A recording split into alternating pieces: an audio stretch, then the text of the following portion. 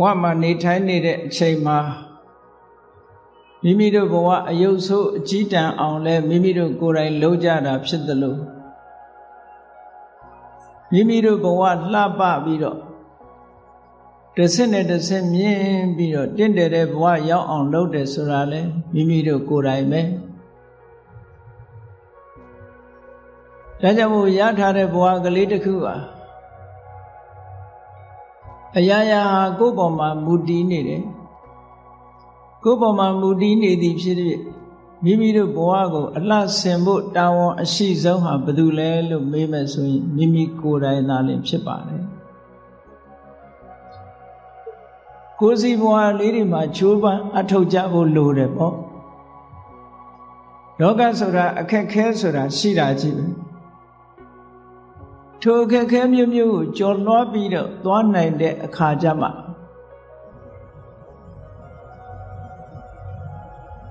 တာယာဖြောင်ဖြူးတဲ့အနေအထားဆိုတာရောက်နိုင်မြတ်စွာဘုရားကိုယ်တော်တိုင်ပဲဘုရားဖြစ်ဖို့အတွက်အားလုံးဗုဒ္ဓဘာသာဝင်သူတော်စင်တွေသိကြတဲ့အတိုင်း6 နှစ်ပတ်လုံးအလွန်ပင်ပန်းခဲရင်တဲ့အကျင့်တွေကိုကျင့်ပြီးတော့မှဘုရားဖြစ်ဖို့လမ်းစာကိုရှာလို့တွေ့တာလွယ်လွယ်ကူကူနဲ့နေပြီးတော့ထိုလမ်းစာကိုအလွယ်တကူနဲ့တွေ့ပြီးအလွယ်တကူဘုရားဖြစ်သွားတာမဟုတ်ဘူးတဲ့အဲ့ဒါကိုနမူနာယူပြီးတော့ကြည့်မယ်ဆိုရင်ကိုယ်ဘဝတိုးတက်ဖို့ရအတွက်ဘယ်သူ့ပေါ်မှာမူတည်တုံးလို့မေးရင်ကိုယ့်ပေါ်မှာပဲမူတည်ပါတယ်ရာခိုင်နှုန်းပြည့်ကကိုယ့်ပေါ်မှာမူတည်တယ်ဒါကြောင့်မို့လို့စာပေကျမ်းဂန်တွေမှာဆိုလို့ရှိတယ်ဥပရိတမတ္တမေဝဟိပရာယတ္တာဥပဒေတဆိုတာနီးညွန်ပြဆရာသမားကနီးညွန်ပြတယ်မိတ်ကောင်းဆွေကောင်းတွေကနီးညွန်ပြတယ်မိဘဆွေမျိုးသားချင်းတွေကလမ်းညွန်ပြတယ်နီးညွန်ပြတယ်အဲ့ဒီနီးလန်းညွန်ပြမှုသည်သာလင်သူတစ်ပါးနဲ့သူတစ်ပါးကိုမှီခိုရတာပါဆိုလိုတာကလုံနီးကင်နီးသိဖို့ရအတွက်တော့သူများစီကသင်ရမယ်သူများစီကရအောင်ယူရမယ်လို့ဒါပြောတာเนาะဒါကြောင့်မို့လို့လူဘဝရလာတယ်ဆိုလို့ရှိရင်ငယ်စဉ်တောင်ကြီးကလေးဘဝကနေပြီးတော့ဒီကနေ့ခေတ်မှာဆိုရင်လူဘဝရတာမကြခင်ပဲစာသင်ကျောင်းတွေပို့ကြရတယ်သွားကြရဒီကနေ့ခေတ်ကလေးတွေမှာဆိုလို့ရှိရင်လူဘဝရောက်ကြတဲ့ကသင်ကြရတာသူတို့ဘာဖြစ်လို့လူဘဝရောက်ကြတဲ့ကသင်ကြရတယ်လဲဆိုရင်ကိုယ်ဘဝမလှမပဖြစ်မှာဆိုဘဝမှာလှပပြီးအချောပြေအောင်အစဉ်ပြေအောင်ဘဝတစ်ခုအစဉ်ပြေပြေနဲ့ရှင်သန်နိုင်အောင်လို့ဆိုပြီးတော့ကလေးတွေလည်းကလေးတွေအလျောက်လူလက်ပိုင်းတွေလည်းလူလက်ပိုင်းတွေအလျောက်လူကြီးပိုင်းတွေကလည်းလူကြီးပိုင်းတွေအလျောက်ဘဝတစ်ခုမှာယက်တည်နိုင်ဖို့အတွက်ကြိုးပမ်းအားထုတ်နေကြတယ်မြန်မာနိုင်ငံနဲ့မကဘူးဘယ်နိုင်ငံပဲဖြစ်ဖြစ်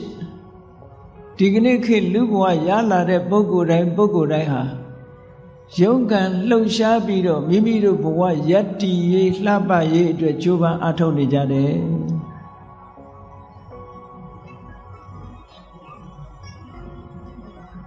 အဲ့ဒါလို့ကြိုးပမ်းအားထုတ်ကြမှအောင်မြင်မှုဆိုတာရတယ်အဲ့ဒါလို့ကြိုးပမ်းအားထုတ်တဲ့အခါမှာမိမိရဲ့ကြီးကုန်သောမိဘတွေတို့ဆရာသမားတွေတို့ဆွေမျိုးသားချင်းတွေတို့မြင်ဆရာကြားဆရာဆိုတာလို့ပတ်ဝန်းကျင်ကမိတ်ဆွေသင်္ဃာတွေတို့ထိုပုဂ္ဂိုလ်တွေစီကစံနမူနာတွေသူတို့ရဲ့အကြံပေးချက်တွေဟောတဲ့လောက်ပဲရယူလို့ရတယ်ဒါကြောင့်မို့စာပေကျမ်းဂန်မှာဆိုထားတဲ့စကားလေးတစ်ခုอ่ะဥပရိတမတ္တနီလန်းညွန်ပြယုံကလေးတက်တက်တာပရာယတ္တာသူတစ်ပါးနဲ့ပတ်သက်ပါတယ်တဲ့အညာတဗ္ဗတံပတ္တိတခြားအောင်မြင်မှုမှန်သမျှဟာအတ္တဒိနမေဝကိုနဲ့သာသက်ဆိုင်တယ်ဟောခုပါကိုလောက်ရမယ်လို့ပြောတာเนาะ ဒီစကားဟာဘလောက်လက်တွေ့ကြသလဲဆိုတာအလုံးအသိဘယ်ရာပဲဖြစ်ဖြစ်မိဘကပတ်စံတတ်နိုင်လို့ကလေးတွေကြောင်းကောင်းတွေဘလောက်ပဲပို့ဘလောက်ပဲထားသာသမီကိုယ်တိုင်ကမကြိုးစားဘူးဆိုလို့ရှိရင်အောင်မြင်မှုမရဘူးဆိုတာထင်ရှားလူကြီးပဲဖြစ်ဖြစ်လူငယ်ပဲဖြစ်ဖြစ်အခြေအနေတွေကဘလောက်ပေးကောင်းတဲ့အခွင့်အလမ်းတွေဘလောက်ရှိကိုယ်တိုင်ကကြိုးပမ်းအားမထုတ်ဘူးဆိုလို့ရှိရင်အောင်မြင်မှုဟာအနည်းငယ်သာရှိနိုင်တယ်နောက်ဆုံးလုံးဝမအောင်မဲနဲ့ဘဝတစ်ခုလုံးကြာရှုံးသွားကြတာလည်းရှိတယ်ဘာဖြစ်လို့လူဘဝဆိုတာကမ္မဖလူပစီဝီတဲ့ကမ္မဖလဆိုတာကိုလုပ်တဲ့အလုပ်ပေါ်မှာကမ္မဖလူပစီဝီနတ်တွေဆိုတာကံတရားပေါ်မှာအမိပြုပြီးတော့တမွေးရလူဘဝဆိုတာကြတော့ကံတရားတစ်ခုတည်းကိုအမိပြုရတာမဟုတ်ဘူးတဲ့ဥဋ္ဌာဏဖလူပစီဝီတဲ့တက်ကြွနဲ့အမြဲတမ်းလုပ်နေဖို့လိုအပ်တယ်လို့ဆိုလူဘဝဟာကြိုးစားမှုလုံလဝိရိယကိုအခြေပြုပြီးတော့ယတ္တိရမှာဖြစ်တယ်ကံတရားပေါ်မှာတို့တွေကံအတိုင်းပဲလို့ဆိုပြီးတော့ကံကိုယုံပြီးတော့ကိုယ်ဘဝလုံးကိုအနန္တရမှာလည်းမဟုတ်ဘူးနောက်တစ်ခုကဖန်ဆင်းရှင်ဆိုတာကိုယုံကြည်ပြီးတော့ဖန်ဆင်းရှင်ရဲ့ဆန္ဒအတိုင်းဖြစ်ရမယ်လို့ဆိုပြီးတော့ဖန်ဆင်းရှင်ကိုယုံကြည်ပြီးတော့လည်းအနန္တရမှာမဟုတ်ဘူးယောက်ျားတကွန်လူရည်ချွန်ကဆိုတဲ့စကားလိုပဲလူရည်ချွန်ယောက်ျားဟာကောင်းကင်မှာရှိတဲ့ကြယ်တောင်မှအလိုရှိရင်ဆွတ်ယူနိုင်တယ်လို့ဆိုတာအားပေးစကားပြောထားတဲ့စကားလေလူတွေလုံးလို့ရှိရင်ရတယ်ဆိုတာဒီကနေ့အမတန်မှထင်ရှားတယ်ကြည့်လေပဂတိလူတွေရဲ့အနေထားတစ်ခုကိုပဲကြည့်လိုက်ဘုန်းကြီးတို့လူသားတွေဆိုတာဟာ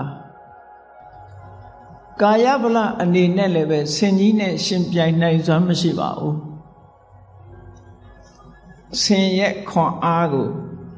လူသားတွေကမမီဘူးတိရစ္ဆာန်ဖြစ်တဲ့ဆင်တဲ့ခွန်အားဗလအရာမှာနှိမ့်ချနေတယ်လို့ဒီလိုပြောတာဒါရလားလို့ဆိုလို့ရှိရင်လျင်မြန်တဲ့အဟုန်နဲ့ပြောမဲ့ဆိုလို့ရှိရင်သမင်ကလေးတွေယုံကလေးတွေရဲ့လျင်မြန်မှုနှုံးကိုလူတွေကမှီအောင်မလိုက်နိုင်ပါဘူး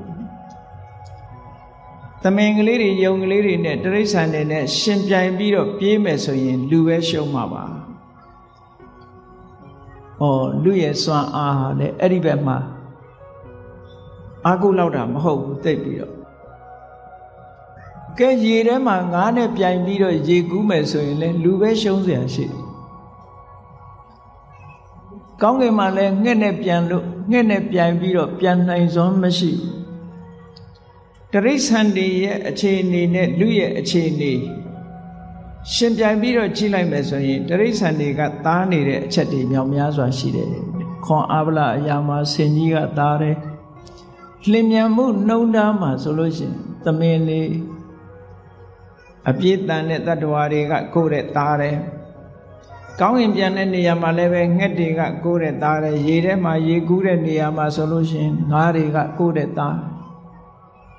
ဒါဖြင့်လူတွေကအသာရတာဘယ်နေရာတုန်းလို့ဆိုတော့အုံနောက်လို့တင်စားပြောရတဲ့အသိဉာဏ်ပဲ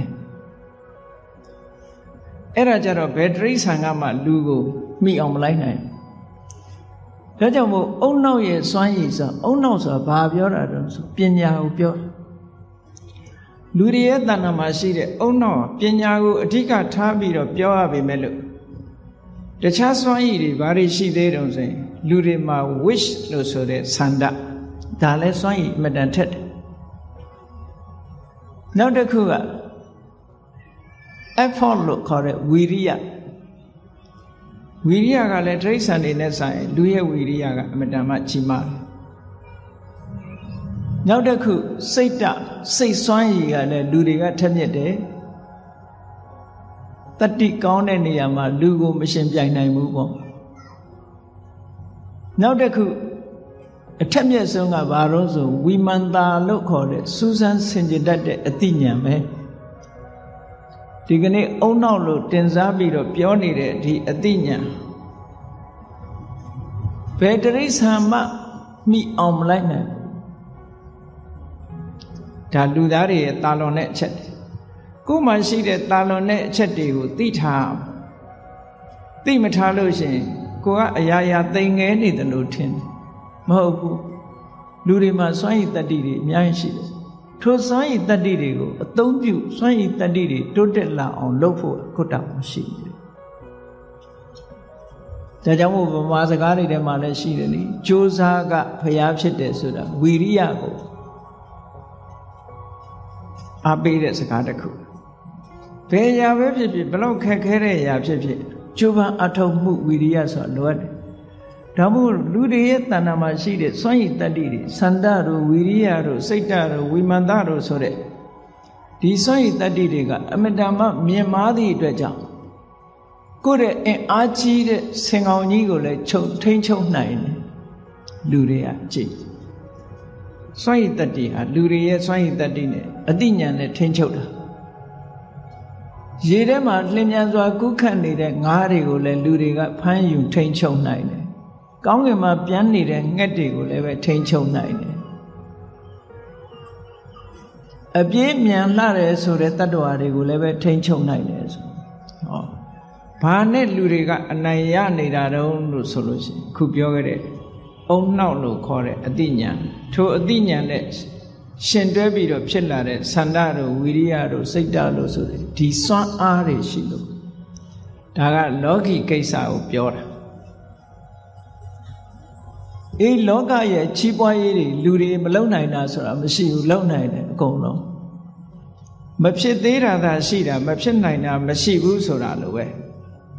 ဖြစ်နိုင်တယ်မဖြစ်နိုင်တာဆိုတာမရှိဘူး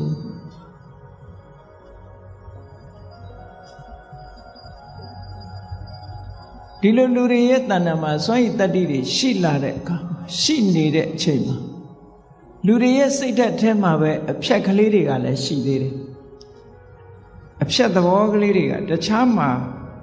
အပြင်ဘက်ကအဖြက်အားတွေရှိတယ်လို့ပဲအတွင်းမှာလည်းပဲအဖြက်အားတွေရှိတယ်တဲ့အဲ့ဒီအဖြက်အားတွေကိုတွန်းလှန်နိုင်မှုလိုအပ်တယ်ပေါ့ဘဝကိုအလှဆင်မယ်ဆိုလို့ရှိရင်အပြင်ဘက်ကအခက်အခဲတုံ့ပြန်ဖြစ်စည်းတတ်တဲ့အရာတွေကိုကျော်လွှားရမှာဘာနဲ့ကျော်လွှားမလို့ဆိုလို့ရှိရင်အတွင်းကရှိတဲ့ဖြက်အားတွေကိုဖယ်ရှားပြီးတော့တွန်းအားတွေတိုးတက်လာအောင်ကြိုးစားခြင်းဖြင့်ကျော်လွှားရအောင်အတွင်းပြင်နှမျိုးရှိတယ်လို့ဒီလိုမှတ်ရအပြင်ကဖြက်အားဆိုတာဘာတွေလဲဘဝတစ်ခုရလာတဲ့အခါမှာလောကမှာ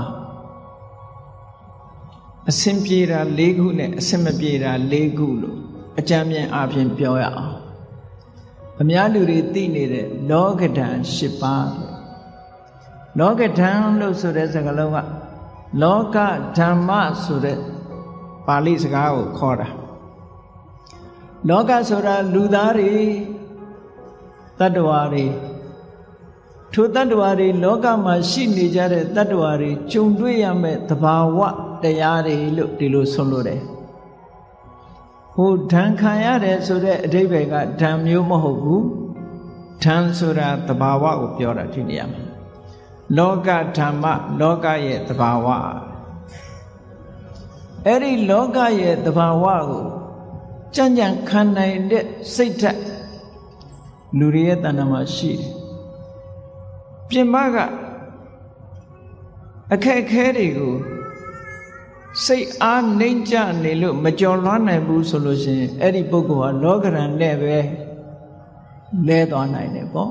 ကြီးပွားတိုးတက်မှုဘဝကိုအလှဆင်ဖို့မစွမ်းနိုင်လို့ဘဝမှာအယုတ်ဆိုးအကြီးတန်းပြီးတော့လက်မြောက်လို့အရှုံးပေးရတဲ့အနေအထားမျိုးရောက်သွားနိုင်တယ်အဲ့ဒီပြင်ပကလာတဲ့အခက်ခဲတွေကိုအတွင်းအားနဲ့ကျော်ဖြတ်ရမယ် အတွင်းအားနဲ့ကြောဖြတ်ကောင်းဆိုးလောကရန်ကြံ့ကြံ့ခံလျက်လောကထဲမှာရောက်နေတဲ့ပုဂ္ဂိုလ်တိုင်းဟာအကောင်းနဲ့တွေ့ရသလိုအဆိုးနဲ့လည်းတွေ့ရအကောင်းကြီးတွေ့တဲ့ပုဂ္ဂိုလ်ဆိုတာမရှိသလိုပဲအဆိုးကြီးတွေ့တဲ့ပုဂ္ဂိုလ်ဆိုတာမရှိဘူးအလုံးကြားဘူးကြတဲ့အတိုင်းလောကရန်ဆိုတာမြောက်များစွာရှိနိုင်တော့လဲဒီနေရာမှာအဓိကလောကရန်၈မျိုးကိုပြောမယ်ဆိုရင်လာဘနဲ့အလာဘစီးပွားရေးတွေအဆင်ပြေလို့ငွေကြေးအမြောက်များရတယ်အလာဘစီးပွားရေးအဆင်မပြေဘူးဝင်ငွေတွေမရဘူးဟောဒီကနေ့တစ်ကမ္ဘာလုံးဟာအလာဘဆိုတာနဲ့သွားကြုံတယ်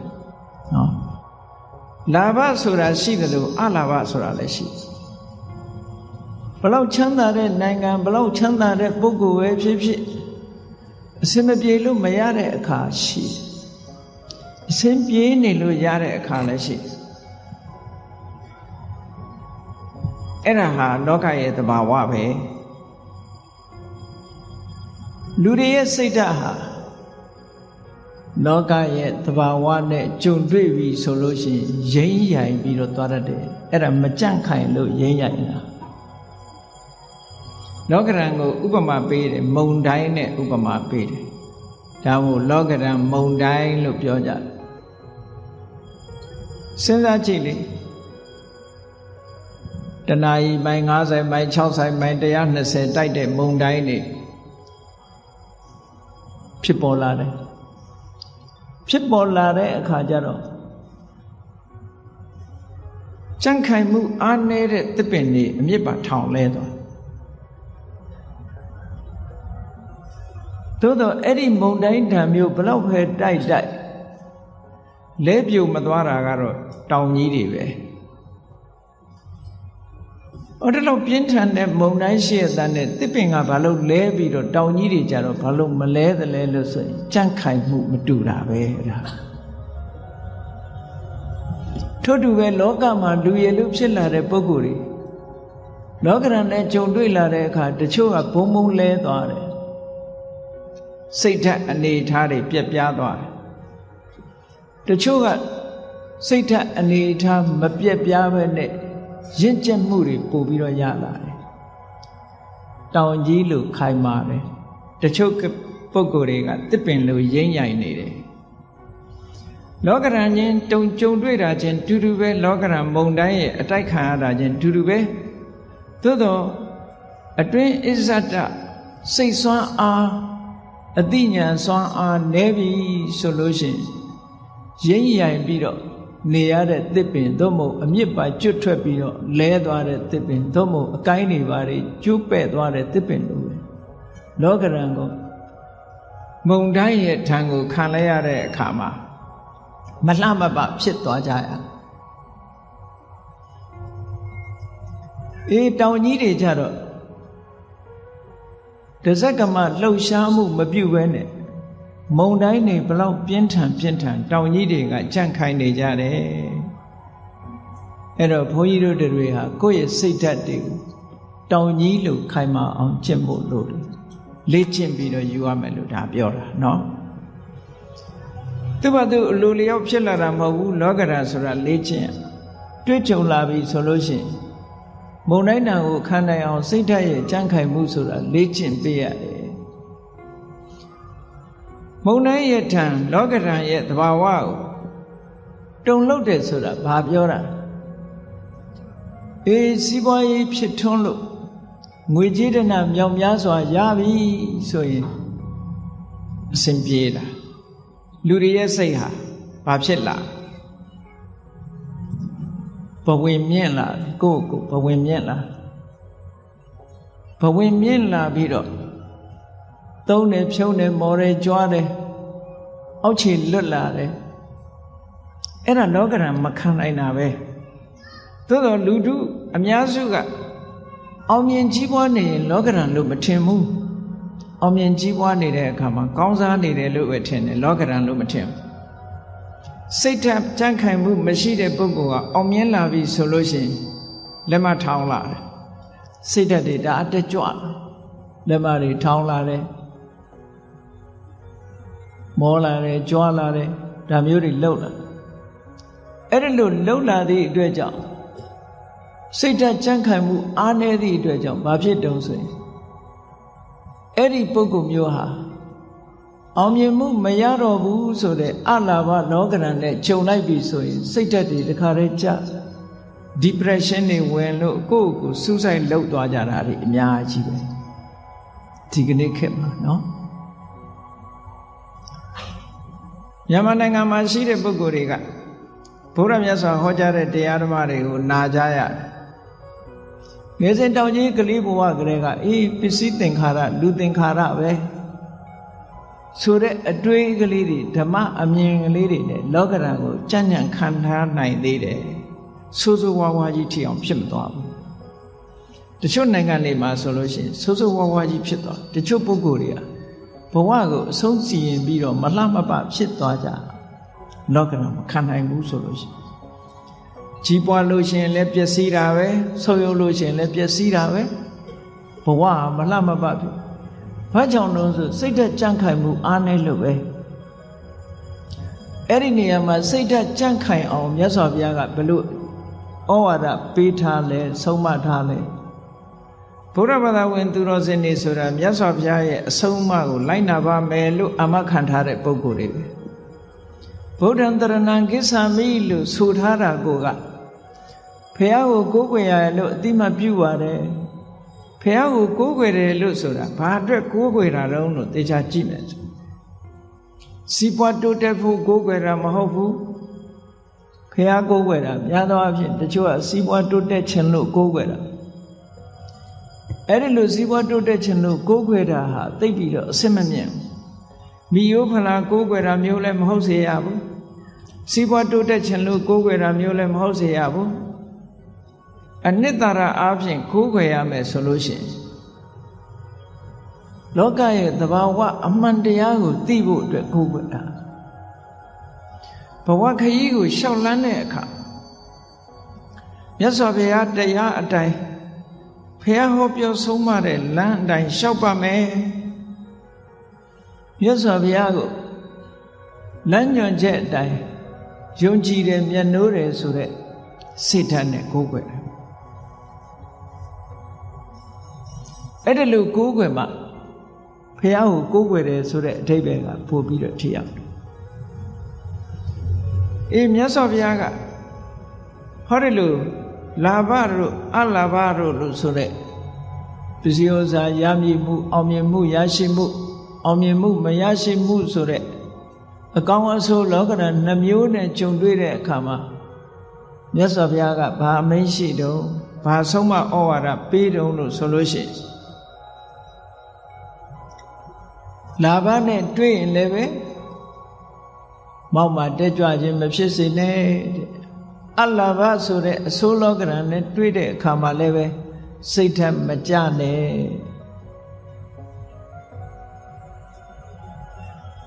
စိတ်ဓာတ်တွေတုန်လုံးမှုမဖြစ်နဲ့ဒီလိုမဖြစ်အောင်ဘယ်လိုနှလုံးသွင်းရမလဲလို့ဆိုလို့ရှိရင်အေးအောင်မြင်မှုရတာဆိုတာလဲထာဝရမဟုတ်ဘူးအောင်မြင်မှုမရဘူးဆိုတာလဲထာဝရမဟုတ်ဘူးလောကကြီးမှာဘယ်အရာမှတည်မြဲတာမဟုတ်ဘူးဆိုတဲ့အတွေးလေးကအခြေခံပြီးတဲ့အခါမှာကိုယ်စိတ်ဓာတ်ကိုရင့်ကျက်အောင်ကြိုးစားယူအောင်အဲ့ဒီအတွေးလေးကတာမန်ကြည့်လိုက်မယ်ဆိုလို့ရှိရင်ဘာမှမထူးဆန်းမှုလို့အောက်မေ့သို့သောအဲ့ဒီအတွေးနဲ့တွေးလိုက်လို့ရှိရင်ဆိုးဆိုးဝါးဝါးဖြစ်မသွားတာသိကြမြတ်စွာဘုရားကိုယ်တိုင်ကိုကလာဘဆိုတဲ့လောကရန်ကြောင့်လည်းစိတ်ဓာတ်တက်မသွားဘူးသိအားတက်တဲ့ရောမောက်မာမှုတွေအောက်ခြေလွတ်သွားတာတွေမဖြစ်ဘူးဘာဖြစ်လို့တော့သူကတွေးတယ်အေးရတာဆိုတာလေအစဉ်ပြေးနေတယ်တခဏပဲရတာအစဉ်မပြေတဲ့အခါရှိအောင်မှာပဲလို့ကြိုတင်ထားတယ်အစဉ်မပြေတဲ့အခါမှာလည်းအေးအစဉ်မပြေတဲ့အခါရှိတယ်အစဉ်ပြေတဲ့အခါလည်းရှိအောင်မှာပဲဆိုရယ်ဟောဒီအတွေးလေးကစိတ်ကိုသက်သာရစေတယ်ဟုတ်အဲ့ဒါလို့စိတ်ကိုတည်ငြိမ်အောင်ဒီလိုမှန်ကန်တဲ့အတွေးနဲ့ ယောနိသောမနတိကာရလို့ခေါ်တယ် wise attention ပေါ့မှန်ကန်တဲ့အတွေးကလေးနဲ့မထိန်မှုဆိုလို့ရှိရင်စိတ်ဓာတ်တွေဟာတည်ငြိမ်မှုမရတော့ဘူးမရသည့်အတွက်ကြောင့်အကောင်းလောကရန်နဲ့တွေ့ပြီဆိုလို့ရှိရင်စိတ်ဓာတ်တွေတက်ပြီးတော့အောက်ခြေတွေလွတ်တယ်မကောင်းတဲ့လောကရန်နဲ့တွေ့ရင်စိတ်ဓာတ်တွေနှိမ့်ကျပြီး depression ဖြစ်တယ်နောက်ဆုံးမှာကိုယ့်ကိုယ်အဆုံးစီရင်တာမျိုးတွေထိအောင်ဖြစ်သွားတယ်စိတ်တွေတအားဆင်းရဲပြီးဖြစ်သွားတတ်တယ်အဲ့ဒါမျိုးမဖြစ်အောင်မှန်ကန်တဲ့အတွေးလေးကိုတွေးပါမှန်ကန်တဲ့အတွေးဆိုတာအေးဘယ်အရာမှတည်မြဲတာမဟုတ်ဘူးဒါလောကမှာလူတိုင်းကြုံတွေ့ရတဲ့သဘာဝပဲဆိုတဲ့အတွေးကိုများများတွေးထားပါထို့တူပဲယတအာယတအချမ်းရံရှိတဲ့အခါရှိတယ်အာယတအချမ်းရံမရှိတဲ့အခါရှိအချမ်းရံရှိလာပြီဆိုလို့ရှိရင်လည်းလူတွေဟာနောက်လိုက်နောက်ပါတွေနဲ့အချမ်းရံတွေအကျော်စောတွေများလာလို့ရှိရင်ဘဝင်မြင့်ပြီးအောက်ခြေလွတ်သွားအချမ်းရံမရှိဘူးတကူဒီဆိုတဲ့အခါကျတော့လုံးလီဖြစ်ပြီးတော့စိတ်ဓာတ်တွေကျပြန်တယ်ဟောတာစိတ်ဓာတ်ရဲ့တည်ငြိမ်မှုမရဘူးကိုစဉ်းကျင်စဉ်းစားထားအချမ်းရံရှိတယ်ဆိုတာလည်းအဓိကမဟုတ်ဘူးမရှိဘူးဆိုတာလည်းအဓိကမဟုတ်ဘူးဘယ်အရာမှမမြဲဘူးကိုယ်စိတ်လေးဖြူစင်ပြီးတည်ငြိမ်မှုကအဓိကကြတယ်လို့ဆိုပြီးတော့စိတ်ဓာတ်လေးကိုဖြူစင်အောင်ကြိုးစားအထောက်မှန်ကန်တဲ့အတွေးနဲ့တွေးပြီးတော့ခုခံကာကွယ်ထားထို့တူပဲနိန္ဒပတန္တာလောကမှာနေတဲ့ပုဂ္ဂိုလ်တွေဟာကဲ့ရဲ့ခံရတဲ့အခါရှိတယ်လို့ချီးမွမ်းခံရတဲ့အခါလည်းရှိတယ်လူတွေကကဲ့ရဲ့ခံရရင်စိတ်ဆိုးတယ်ချီးမွမ်းခံရလို့ရှိရင်တော့ခြေနဲ့တင်ဝမ်းသာရှင်ပြအဲ့ဒါဟာစိတ်ဓာတ်ရဲ့မတည်ငြိမ်မှုပဲလောကရန်မုန်တိုင်းတာမခံနိုင်လို့လှုပ်ရှားရင်းရိုင်ခြင်းလို့ဒီလိုအဓိပ္ပာယ်ရတယ်နော်အဲ့တော့ချီးမွမ်းခံရရင်လေဘာလို့ဟုတ်တယ်သူပြောတဲ့အတိုင်းငါမှတကယ်ချီးမွမ်းတိုက်တာရှိတယ် appreciate ပေါ့အတိမတ်ပြုကဲ့ရဲ့ခံရလို့ရှင်လေအေးဒီကောင်ငါ့ကိုကဲ့ရဲ့ရမလားလို့ဆိုစိတ်မဆိုးအေးငါကဲ့ရဲ့တိုက်တဲ့ဟာရှိတယ်လို့ appreciate သဘောပေါက်နားလေအဲ့ဒီနည်းနဲ့ခုက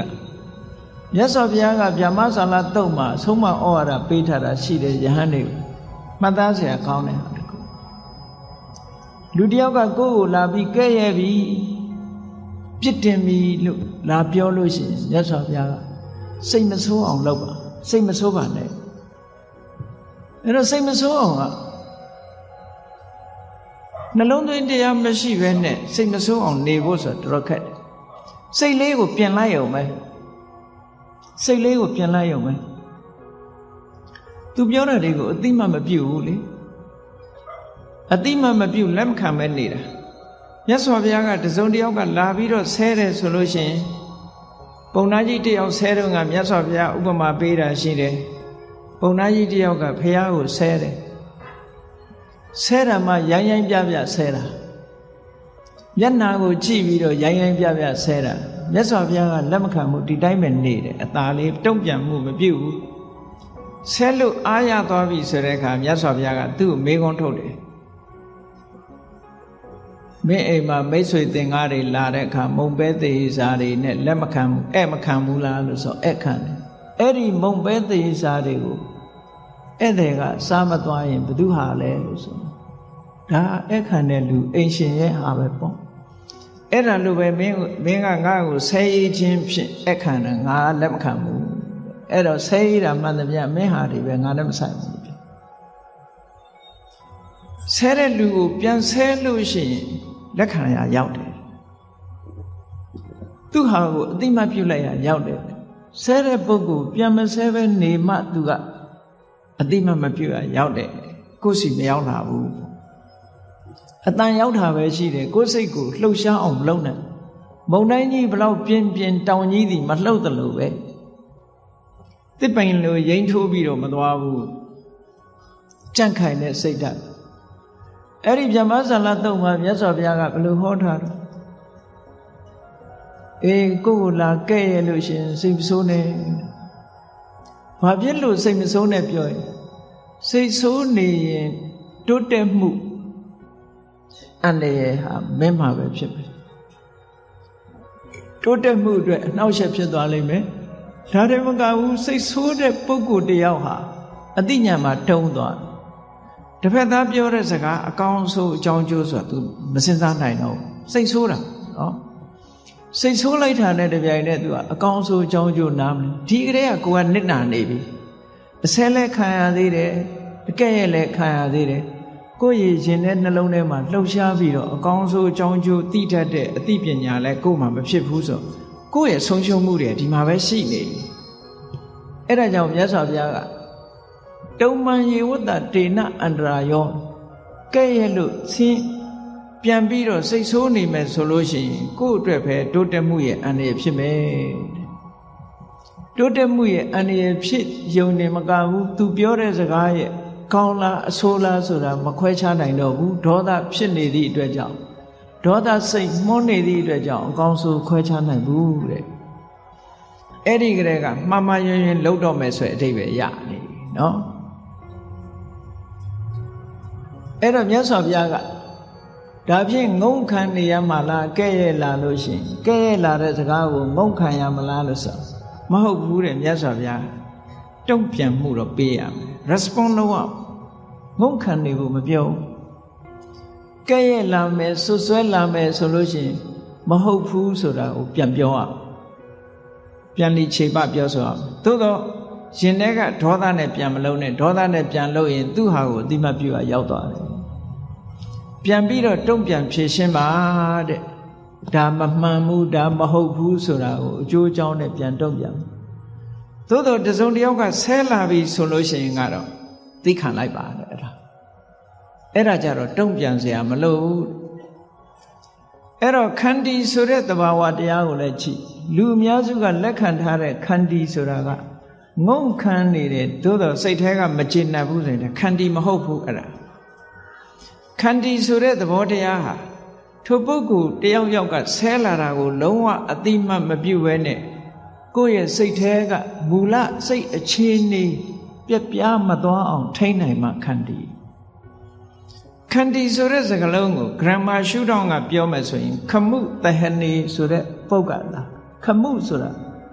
စွန့်ရည်တတ္တိပဲဘယ်လိုစွန့်ရည်တတ္တိတုံးလို့ဆိုလို့ရှိရင်ကိုယ်စိတ်ဓာတ်ကလေးပင်ကိုယ်စိတ်ဓာတ်ကလေးပြတ်မသွားအောင်ထိန်းနိုင်တဲ့စွန့်ရည်တတ္တိပဲကြည့်လေတန်ငယ်ချင်းနှစ်ယောက်စကားပြောနေတယ်ရဲရဲမောမောနေကြတယ်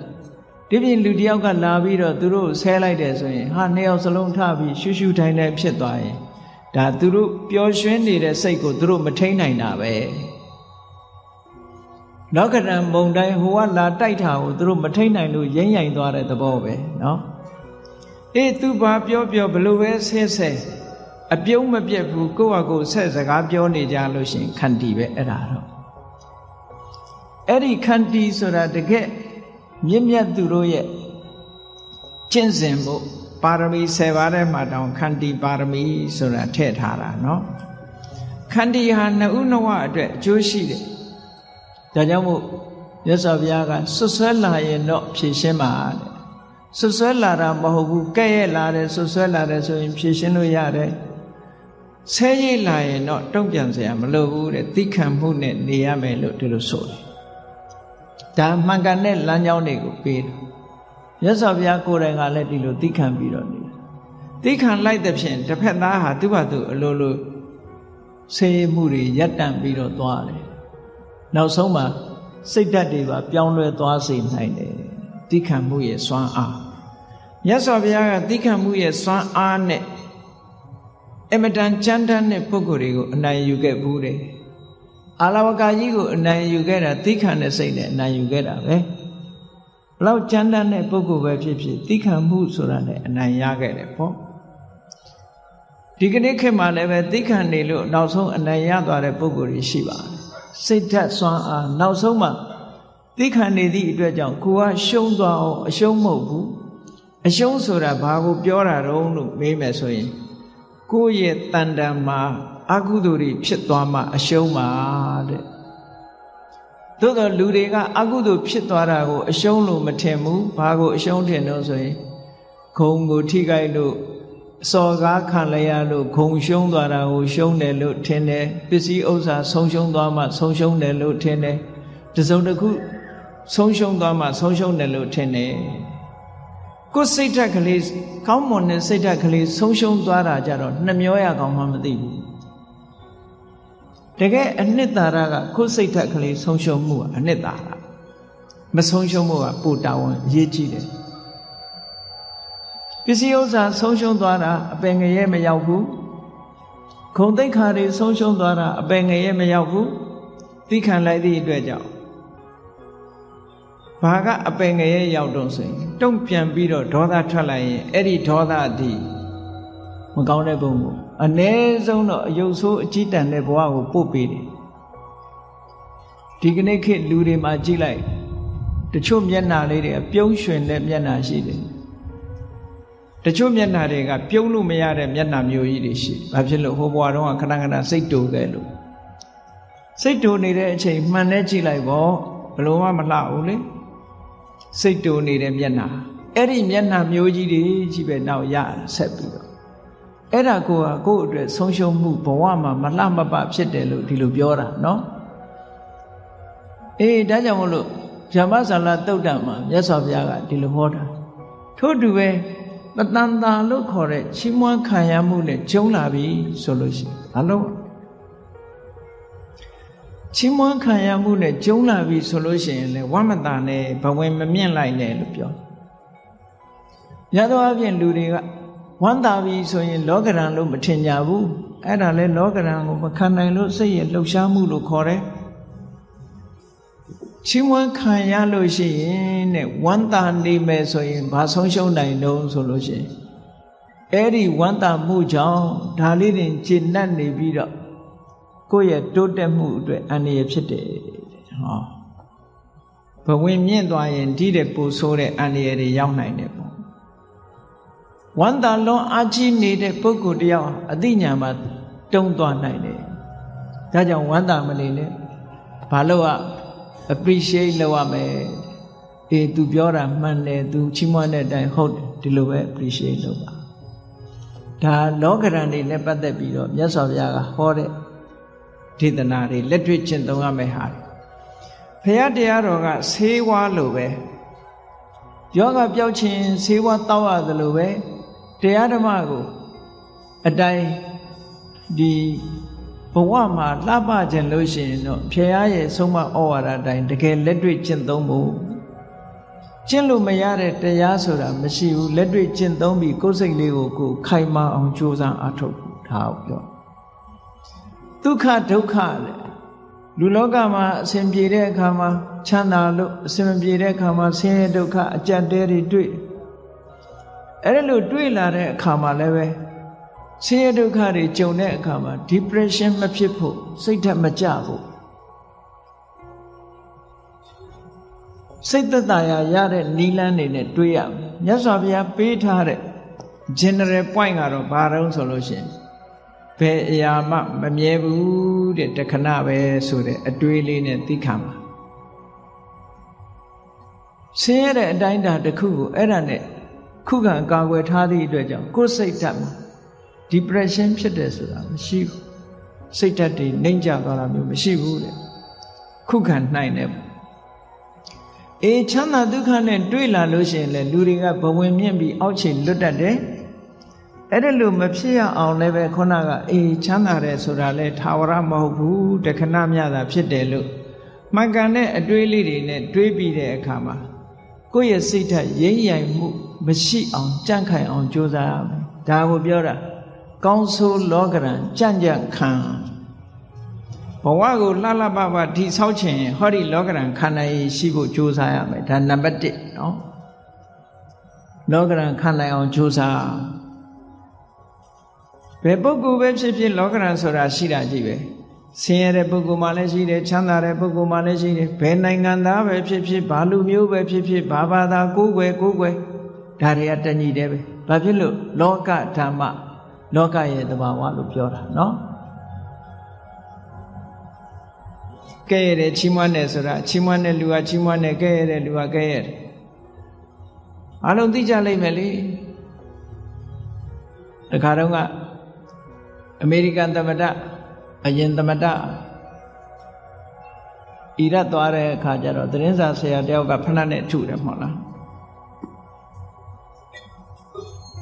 ဘာပဲဖြစ်ဖြစ်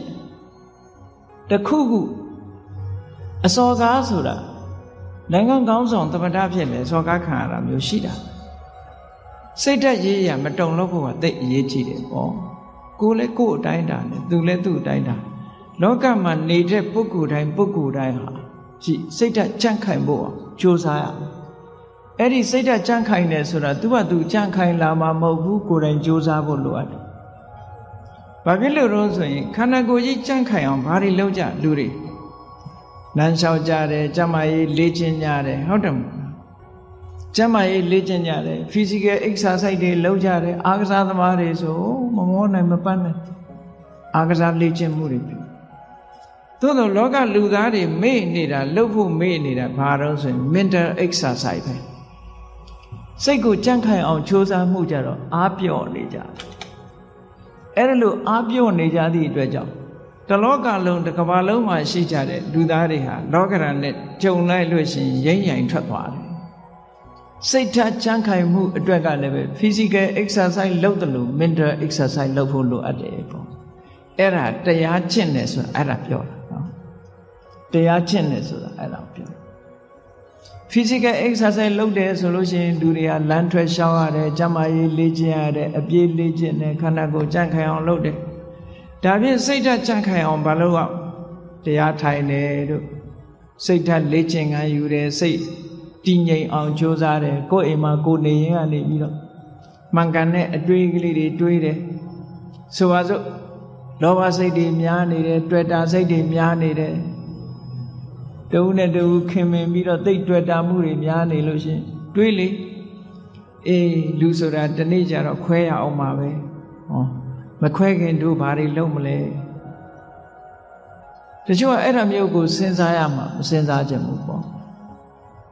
စိတ်ဓာတ်ကြံ့ခိုင်အောင်အဲ့ဒါလေးကလေ့ကျင့်ပေးရဆိုပါစို့နုပြိုးနေတဲ့အရွယ်ရှိတဲ့ပုဂ္ဂိုလ်တွေက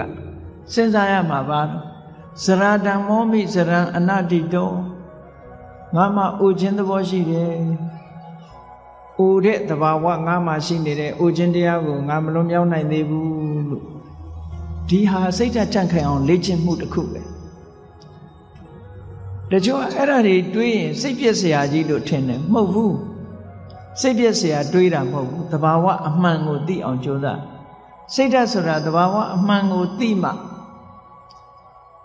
ဒီထက်တယ်ရင့်ကျက်လာဗျာဒိဓမ္မောမိဗျာဒိနာတိတောအေးငါခန္ဓာကိုယ်ကြီးဟာနာရတဲ့သဘောရှိတယ်နာခြင်းတရားကိုငါမလွန်မြောက်နိုင်သေးဘူးတွေးပါဆင်ញင်စဉ်းစားပေးပါလေ့ကျင့်ပေးပါစိတ်ကိုဒါနဲ့လေ့ကျင့်ပေးအာယုန်နဲ့စိတ်ကိုလေ့ကျင့်ကောင်းတဲ့အာယုန်နဲ့စိတ်ကိုလေ့ကျင့်တာခေါ်တယ်မရဏဓမ္မောမိမရဏနာတိတောလူတိုင်းဟာသိခြင်းသဘောရှိတယ်ငါလည်းပဲသိခြင်းသဘောရှိတယ်သိခြင်းတရားကိုငါမလွန်မြောက်နိုင်ဘူးလေ့ကျင့်ပေးပါလေ့ကျင့်ပေးသည့်အတွက်ကြောင့်ဟောတန်ရောစင်တွေရောပါလားအတွေ့အတာတွေရောပါလားလူတွေကထင်တယ်အတွေ့အတာရောပါသွားလို့ရှိရင်တဦးနဲ့တူကွဲသွားလိမ့်မယ်လို့ထင်တယ်မဟုတ်ဘူးတန်ရောစင်နဲ့တွေ့တာဟာမေတ္တာနဲ့တွေ့တာနဲ့မတူတဦးနဲ့တူမေတ္တာနဲ့ကုညီဆောင်လျှောက်တာကမှပိုးခိုင်တာတန်ရောစင်ကမခိုင်ဘူးတန်ရောစင်ဆိုတာကိုယ်အလိုချလေးဖြစ်နေတုံးနဲ့တန်ရောစင်ကိုယ်စိတ်တိုင်းမကြတော့ဘူးဆိုတာနဲ့တပြိုင်နက်တန်ရောစင်မရှိတော့တဏှာရဲ့သဘောကကိုယ်ကောင်းစားဖို့ပဲရှိတယ်ဆိုပါစို့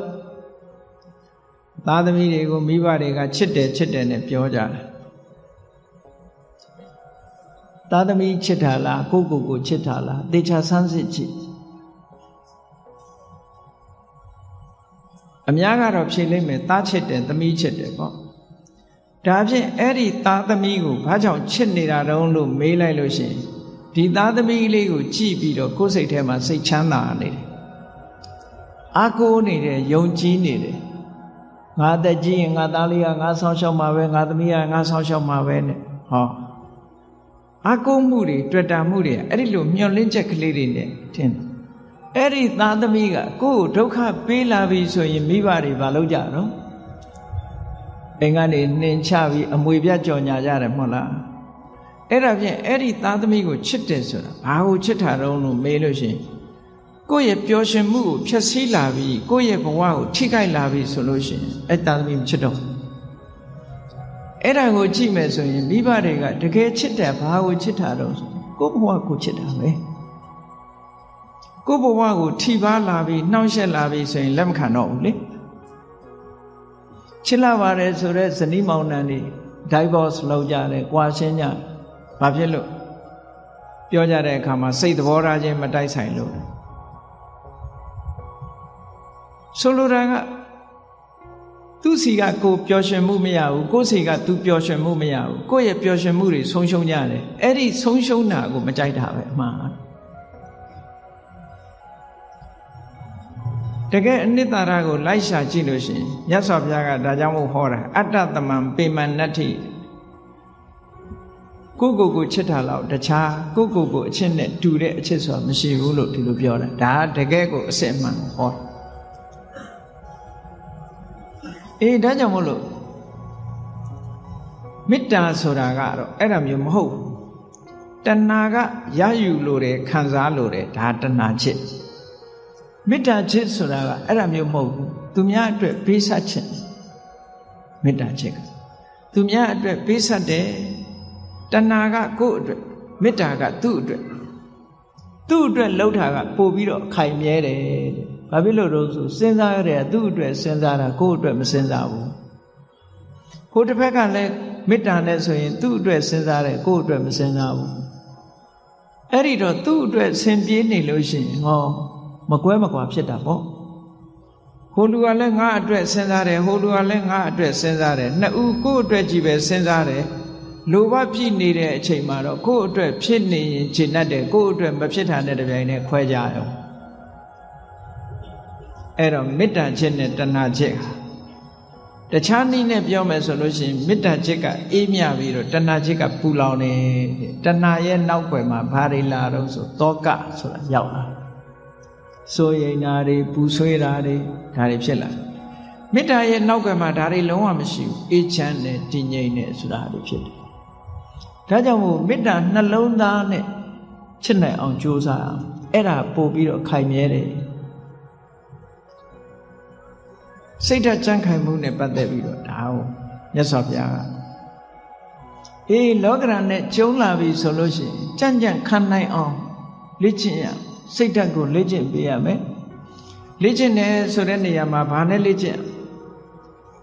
သမထကျင့်စဉ်တစ်ခုကိုကျင့်တာလဲဒါလေ့ကျင့်တာပဲဝိပဿနာကျင့်စဉ်တစ်ခုကိုကျင့်တာလဲလေ့ကျင့်တာပဲအဓိကကတော့ wise attention လို့ဆိုတယ်မှန်မှန်ကန်ကန်စဉ်းစားတတ်မှုပါယောနိသောမနတိကာရလို့ခေါ်တယ်မှန်မှန်ကန်ကန်စဉ်းစားတယ်ဆိုတာဘာတုံးဆိုရင်အဆိုးဘက်ကမကြည့်ဘူးကောင်းဘက်ကကြည့်အကုသိုလ်ဖြစ်အောင်မကြည့်ဘူးကုသိုလ်ဖြစ်အောင်ကြည့်တယ်အကောင်းဘက်ကတွေးတယ်အရာရာမှာအကုန်လုံးအကောင်းဘက်ကတွေးရမှာလားလို့ဆိုဒီလိုတော့မဟုတ်ပါဘူးမှန်ကန်တဲ့ဘက်ကအကောင်းဘက်ကစဉ်းစားနိုင်တတ်ရအဆိုးဘက်ကကြည့်လို့ရှိရင်အဆိုးဆိုတာအပြစ်ကိုကြည့်တဲ့အခါမှာအရာရာမှာအမှန်ကိုကြည့်ဖို့လိုအပ်တယ်ပေါ့ဆိုပါစို့လူတယောက်ပေါ်မှာကိုယ်ကဒေါသဖြစ်တယ်ဆိုတာ तू ဘာအတွေးနဲ့ तू ဒေါသဖြစ်တယ်လဲလို့ဆိုရင်ဒီကောင်ကငါ့ကိုစော်ကားတယ်တက်စော်ကားတာပဲဆိုတဲ့အဲ့ဒီအတွေးတွေနဲ့တွေးလိုက်မယ်ဆိုလို့ရှိရင်ဒေါသဖြစ်လာမှာအဲ့ဒီအတွေးမဟုတ်ဘဲနဲ့ပြောင်းပြီးတော့တွေးလိုက်တယ်သူဆဲတာ तू ဆိုးတာငါကပ်ပါတာမဟုတ်ဘူးငါနဲ့မဆိုင်ဘူး तू ဆိုး तू ခံလိုက်မယ်ငါမပတ်သက်ဘူးလို့ဆိုရင်သူ့ပုံမှာဒေါသမထွက်ပြန်ဘူးအတွေးလေးဟာဒီနားလေးတင်မဲ့ကပ်ပြီးတော့ခွင့်လွတ်တတ်တဲ့အတွေးဆိုတာလည်းရှိတယ်လူတွေကကိုကြတော့ခွင့်လွတ်တယ်သူများကြတော့ခွင့်မလွတ်ဘူးဆိုတာလောကမှာထင်ရှားတယ်နော်ကိုကြောင့်ဖြစ်လို့ရှိရင်မတော်တဆလို့ပြောတယ်သူများကြောင့်ဖြစ်လို့ရှိရင်နမောနမဲ့လို့ပြောတယ် တကယ်ကိုအဲ့ဒါလို့ဖြစ်တယ်နော်သူများကြောင့်တစုံတစ်ခုဖြစ်သွားရင်ဟာဒီလူကနမောနမဲနေလို့ဖြစ်တယ်ကိုယ့်ကြောင့်ဖြစ်ရင်တော့မတော်တဆသူများကြောင့်လည်းမတော်တဆလို့တွေးလိုက်ရင်ဒေါသမဖြစ်တော့ဘူးအဲ့ဒါအော်မတော်တဆဖြစ်ရှာတာပဲနော်ဒါစိတ်ဓာတ်ရဲ့အကြံခံမှုတွေပဲကိုယ့်ကိုလေ့ကျင့်ပေးရမှာအောင်ပြောတာသူများပေါ်မှာအပြစ်နေမြင်နေသေးတဲ့များကာလပတ်လို့မေတ္တာဆိုတာသက်ဝင်နိုင်ဖို့မဖြစ်ဘူးတဲ့ဘယ်ရာပဲဖြစ်ဖြစ်အစဉ်ပြေအောင်စဉ်းစားတတ်ဖို့လိုတယ်ပေါ့အကောင်းဘက်ကကြည်တာတွေဟာစိတ်ဆင်းရဲမှုကိုကာကွယ်ပေးနိုင်တာတော့သိကြတယ်ပုံမြင်လေးတစ်ခုရှိတယ်မြေထားမောင်းတဲ့မြေထားမောင်းသမားတစ်ယောက် engine driver မြေထား driver တစ်ယောက်ဘယ်တော့ဖြစ်ဖြစ်သူကအကောင်းဘက်ကကြီးပဲပြောတယ်အဆိုးဘက်ကဘယ်တော့မှကြည့်ဘူးအကောင်းဘက်ကကြီးပဲပြောလို့ရှိတယ်ဒီနေ့ကျတော့ဘာဖြစ်တုံဆိုမတော်တဆသူ accident ဖြစ်တယ်ဆေးရုံတင်လိုက်ရဆေးရုံတင်လိုက်ရတော့ခြေထောက်တစ်ဖက်ဟာမြေထားကျိတ်ပြီးတော့အင်မတန်အခြေအနေဆိုတော့ခြေထောက်တစ်ဖက်ဖြတ်ရမယ်ကိန်းရောက်သွားအဲ့ဒီမှာသူ့မိတ်ဆွေတွေကသတင်းသွားမေးတယ်မေးရင်သူ့ကိုပြောတာမင်းဘယ်တော့မှဆိုအကောင်းဘက်ကကြီးပဲပြောတယ်အကောင်းကြီးပဲမြင်တယ်မင်းဒီတစ်ခါမင်းကိုမင်းဖြစ်တဲ့အခါအကောင်းမြင်နိုင်အောင်မလားပေါ့အကောင်းမြင်နိုင်အောင်မလားမင်းကိုယ်တိုင်ခြေထောက်တစ်ဖက်ဖြတ်ရတော့မယ်မင်းဘယ်လိုလုပ်အကောင်းမြင်မလို့ဆိုတော့အဲ့ဒီလူကပြုံးပြီးတော့ဘာပြောတော့ဆိုလို့ရှိရင်တငယ်ချင်းတို့တဲ့ငါဒီကနေ့ကစပြီးတော့ခြေထောက်ဒီဖနက်ဟာတစ်ဖက်ဖိုးသက်သာသွားပြီငါဖနက်ဟာတိတ်နှစ်ခုမဝယ်ရတော့ဘူးတစ်ခုပဲဝယ်ရတော့မှာအကောင်းဘက်ကနေကြည့်ပြောတာနော်ဖနက်တရံထဲမှာတစ်ဖက်စာပဲငါဝယ်ရတော့မယ်ဆိုတစ်ဖက်ဖိုးငါသက်သာသွားပြီလို့ပြောတာခြေထောက်ဖြတ်ရလို့ဖြစ်ရလေခြင်းဆိုတဲ့အတွေးကိုမတွေးဘူးအေးဖနက်တစ်ဖက်ဖိုးသက်သာသွားပြီအကောင်းဘက်ကမြင်တာတချို့နေရာမှာ wise attention ဆိုတာအဲ့ဒါမျိုးကိုပြောတာတစုံတစ်ခုဖြစ်လာလို့ရှိရင်စိတ်ဆင်းရဲနေမဲ့အစားအကောင်းဘက်ကလှည့်တွေးပြီးတော့လှုပ်တင်လှုပ်ထိုက်တာလှုပ်အောင်ဒါပြောတာနော်လှုပ်တင်လှုပ်ထိုက်တာစိတ်ပူပန်တာနဲ့လှုပ်တင်လှုပ်ထိုက်တာဆိုတာနဲ့တခြားစီတချို့က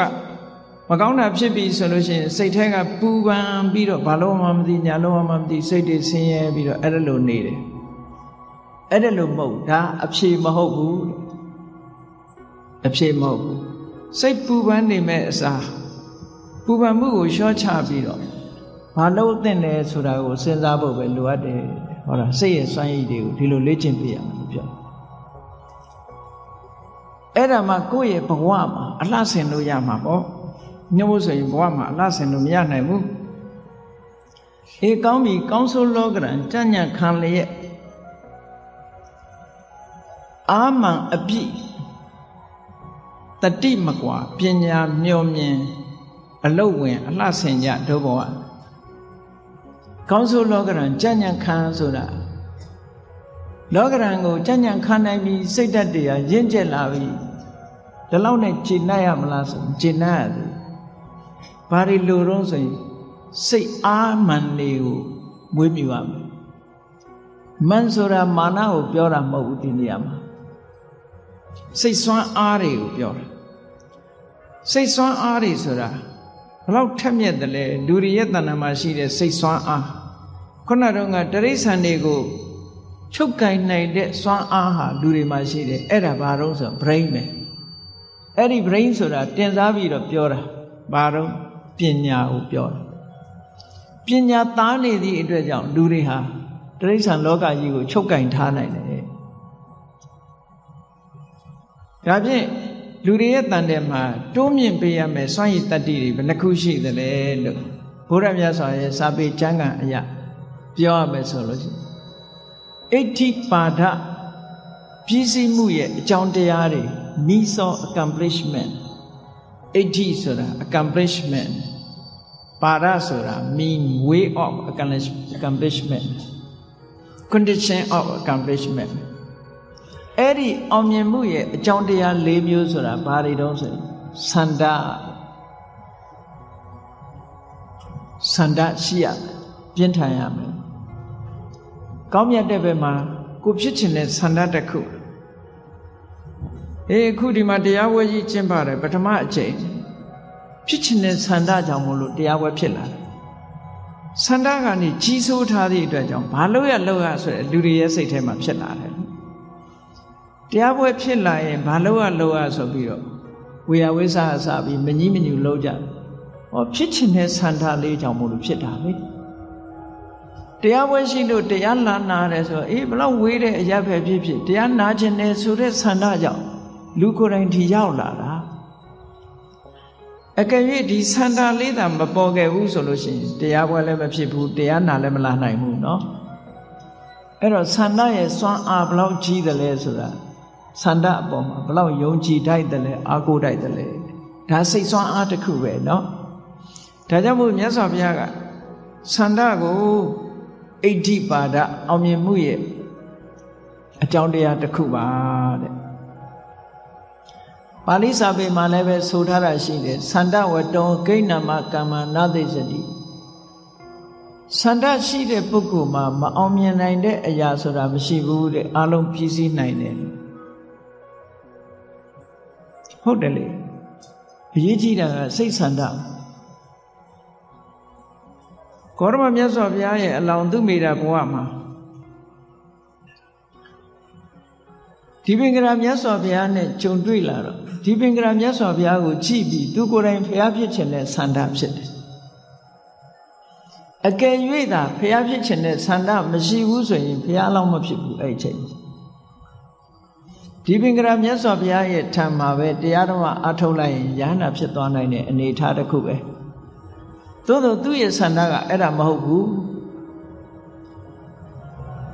ကိမေဧကေနတိနေနပုရိသေနဓမ္မတတိနငါလိုစွမ်းရည်တတ္တိရှိတဲ့ပုဂ္ဂိုလ်တယောက်ကတူးရဲနဲ့တန်လျာပင်လေကြီးကိုဖြတ်ကူးလို့ဘာကျိုးရှိမလဲတဲ့သူကိုယ်သူမေးပြီ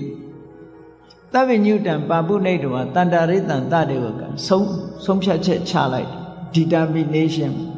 ဆန္ဒကိုအခြေပြုပြီးတော့သဗ္ဗညုတဉာဏ်ကြီးကိုရအောင်ယူပြီးတော့ဖရာဘဝနဲ့တတ္တဝါတွေကိုချစ်ချွတ်မယ်ဆိုတဲ့ဆန္ဒအဲ့ဒီဆန္ဒကြောင့်မို့လို့ဖရာစုပန်တဲ့ကိစ္စအောင်မြင်သွားတာဘယ်လို့ဆိုရင်မအောင်မြင်နိုင်ဘူးတဲ့အဲ့တော့ဒီလောက်ခက်ခဲတဲ့ဖရာဖြစ်ဖို့အရာတစ်ခုတောင်အောင်မြင်နိုင်တယ်ဆိုရင်တာမန်ကိစ္စလေးတွေဘာလို့မအောင်ပါလဲဆန္ဒရှိလို့ရှိရင်အောင်ပါလေထိုဆန္ဒကိုပဲမြတ်စွာဘုရားကအဓိပတိလို့ဟောသေးတယ်တခါတရံလူရဲ့စိတ်စွမ်းအားတွေကိုဘယ်သူကလွှမ်းမိုးထားတော့ဆိုရင်ဆန္ဒကလွှမ်းမိုးထားတယ်အဲ့ဒါကိုပဲအဓိပတိပစ္စယောလို့24ပစ္စည်းမှာမြတ်စွာဘုရားဟောထားတာဆန္ဒဆိုတဲ့အဓိပတိဒီစိတ်ပိုင်းဆိုင်ရာအလုံးကိုလွှမ်းမိုးကြီးစိုးထားတယ်စိတ်ပိုင်းဆိုင်ရာလွှမ်းမိုးကြီးစိုးထားတယ်လို့စိတ်ပိုင်းကိုလွှမ်းမိုးထားလို့ရှိရင်ရုပ်ပိုင်းဆိုင်ရာကိုလည်းလွှမ်းမိုးကြီးစိုးထားတယ်စိတ်ကိုလွှမ်းမိုးနိုင်ရင်ရုပ်ပါလာတာပေါ့အဲ့ဒါကိုအဘိဓမ္မာမှာသန္တာဓိပတိသန္နတံပယုတ်တကနံဓမ္မနံတံသမုဋ္ဌာနံနိစ္စရူပနံအဓိပတိပစ္စေနပစ္စယောလို့ဒီလိုဟောတာသန္တာဓိပတိဟာသန္နနဲ့ရှင်တွဲလာတဲ့စိတ်ဓာတ်တွေထိုစိတ်ဓာတ်ကထုတ်လုပ်လာတဲ့ရုပ်တွေအဲ့ဓာတွေပေါ်မှာကြီးစိုးထားတယ်ဒါကြောင့်မို့လို့တစုံတစ်ခုလှုပ်ချင်ပြီဆိုတဲ့ဆန္ဒပေါ်လာတာနဲ့တကြိုင်နဲ့ထိုဆန္ဒသည်ရော်ရဲဆန္ဒမျိုးမဟုတ်ဘူးဆိုရင်အောင်မြင်အောင်လုပ်တာပဲလို့ဒါဆန္ဒကနေဥဆောင်သွားဆန္ဒကဥဆောင်သွားတဲ့အခါမှာအလှည့်ကဆန္ဒကဥဆောင်လို့စလာပြီဆိုရင်နောက်ကဘယ်သူဥဆောင်ဖို့လိုသေးတယ်လို့ဆိုရင်ဝိရိယဥဆောင်ဖို့လိုတယ်ဆန္ဒတော့ရှိပါရဲ့ကြိုးပမ်းအထောက်မှုမရှိဘူးဆိုမရပြန်ဘူးအဲ့ဒါကြောင့်မို့လို့မြတ်စွာဘုရားကဘက်ဆောင်ကနေဟောထားတာ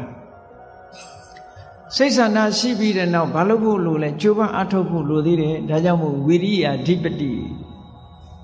ဝိရိယဓိပါဒအောင်မြင်ပြည့်စုံမှုမှာကြိုးပမ်းမှုမြတ်စွာဘုရားအလောင်းဟာ6နှစ်ပတ်လုံးအမတန်ပင်ပန်းခဲတဲ့ဒုက္ခရစရိယာလုံနိုင်ခဲ့တဲ့အကျင့် austere practice လို့ခေါ်သိဆင်းရဲအိန္ဒိယနိုင်ငံမှာကျင့်ကြတဲ့ ခန္ဓာကိုယ်ကိုညှင်းဆဲပြီးတော့ကျင့်တဲ့အတ္တကိလမထာနုယောဂဆိုတဲ့အကျင့်မျိုးတွေအစာဖြတ်ပြီးတော့ကျင့်တယ်ရေဖြတ်ပြီးတော့ကျင့်တယ်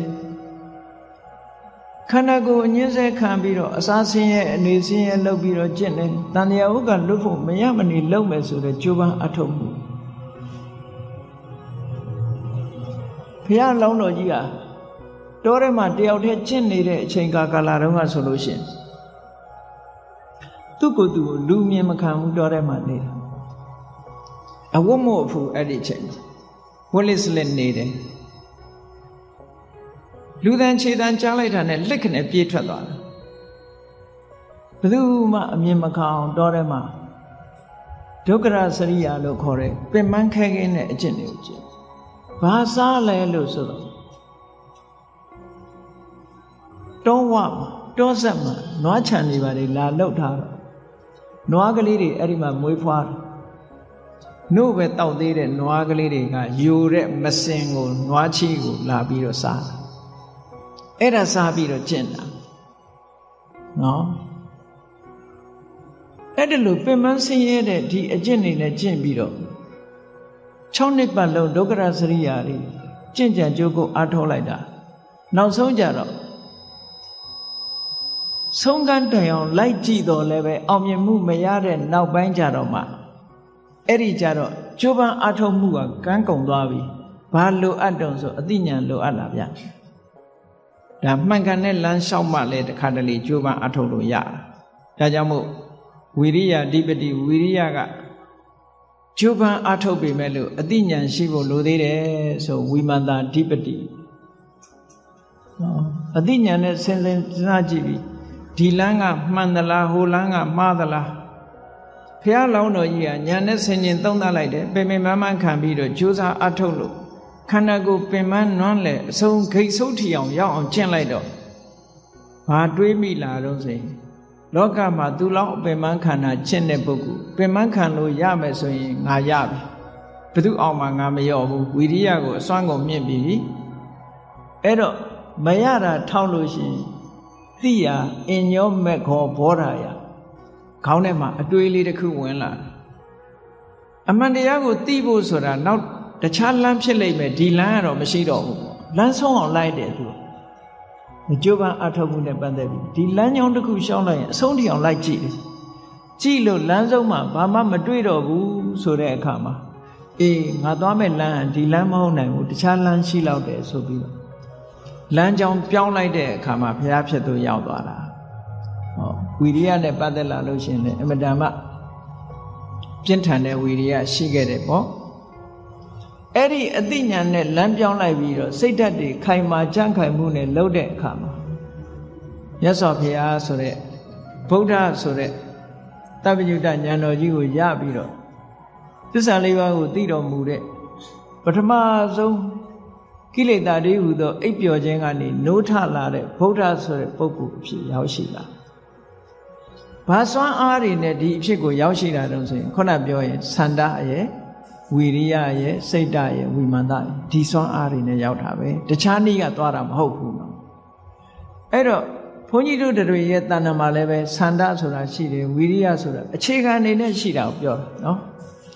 အခြေခံနေနဲ့ရှိတာကိုလေ့ကျင့်ပြီးတော့မယူဘူးဆိုလို့ရှိရင်အပြော့မြဲပြော့နေမှာပဲအပြော့မှပြော့နေမှာ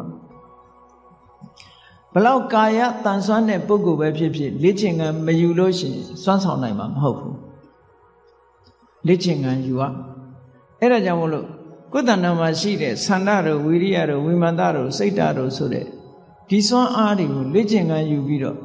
အထွတ်ထိပ်ရောက်အောင်မြင့်တင်ထားနိုင်မယ်ဆိုရင်အင်မတန်မှစွမ်းအားထက်ပါတယ်တဲ့ဘလောက်ထိစွမ်းအားထက်တုံးဆိုရင်မြတ်စွာဘုရားက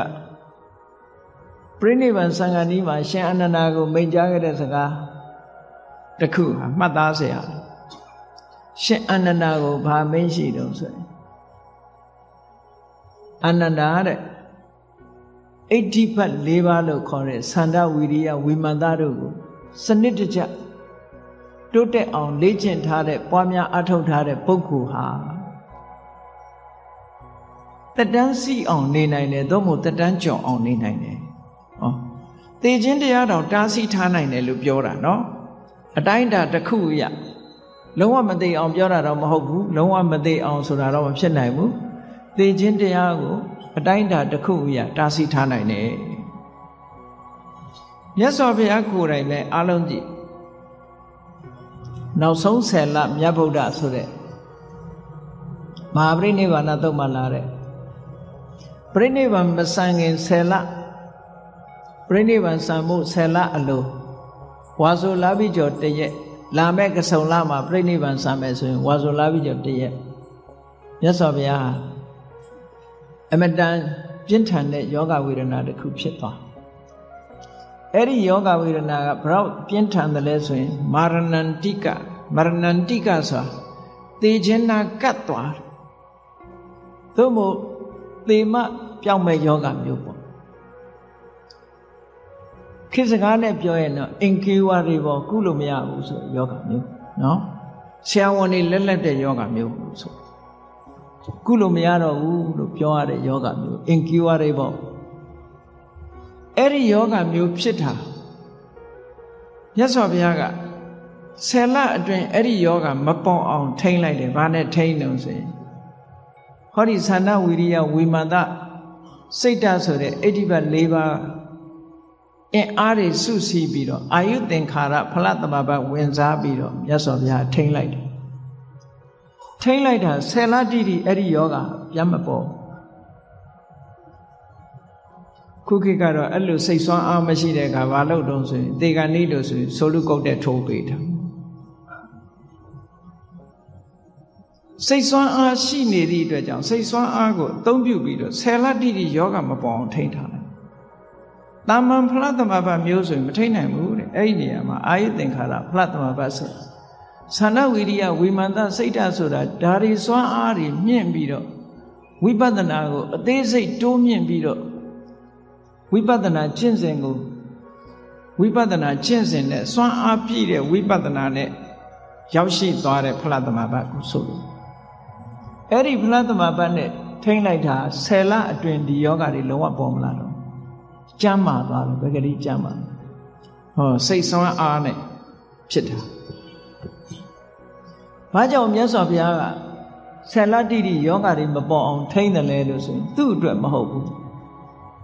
ဘုရားပွင့်လာတာသူ့အတွက်မဟုတ်ဘူးတတ္တဝါတွေအတွက်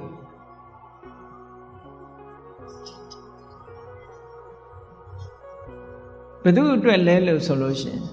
နောက်10လပြည့်ကစုံလပြည့်နေ့မှာမြတ်စွာဘုရားကိုလာရောက်တွေ့ဆုံမဲ့သုဘတ္ထဆိုတဲ့ပြပိုက်ကြီးရှိတယ်အဲ့ဒီပြပိုက်ကြီးကမြတ်စွာဘုရားကသာ10လစောပြီးပြိဋိဘံဆံသွားမယ်ဆိုရင်အဲ့ဒီပြပိုက်ကြီးကလွဲသွားပြီဘုရားတရားတော်ကိုမနာလိုက်ရဘူးဆိုလို့ရှိရင်အဲ့ဒီပြပိုက်ကြီးကလွဲသွားပြီဒီဘဝမရရဲ့နောက်ဘဝလည်းတော်တော်လေးဝေးသွားပြီပေါ့ခွင့်ကောင်းဆိုတာတစ်ခါမှကြုံတာလွဲသွားရင်နောက်ထပ်ပြန်မလာဘူးကြည့်လေမြတ်စွာဘုရားကသမထကျင့်စဉ်တွေကိုနီးယူပြီးတော့ကျင့်သုံးခဲ့တဲ့သူ့ရဲ့လောကီဘက်ကဆရာတွေလို့ပြောရမှာပေါ့သမထကျင့်စဉ်ကိုနီးလန်းပြီးပြလောက်လာတဲ့အာလာရကာလမဆိုတဲ့ယသိကြီးဥဒကရာမဗုဒ္ဓဆိုတဲ့ယသိကြီးတွေသမထကျင့်စဉ်တော့သူတို့ထွတ်ထိပ်ရောက်အောင်ပေါက်ရောက်ခဲ့ကြဥဒကရာမဗုဒ္ဓဆိုတာထွတ်ထိပ်ရောက်သို့တော့ဘုရားကသစ္စာ၄ပါး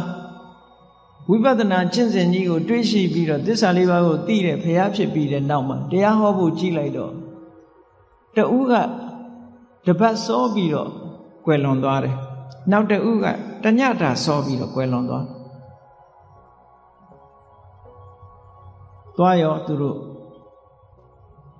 နောက်ရိမတ္တရဘုရားလည်းသူတို့တွေ့မှာမဟုတ်တော့ဘာဖြစ်လို့အရုပဘုံရောက်နေကြအရုပဘုံဆိုတာနန်းကြီးပဲရှိတယ်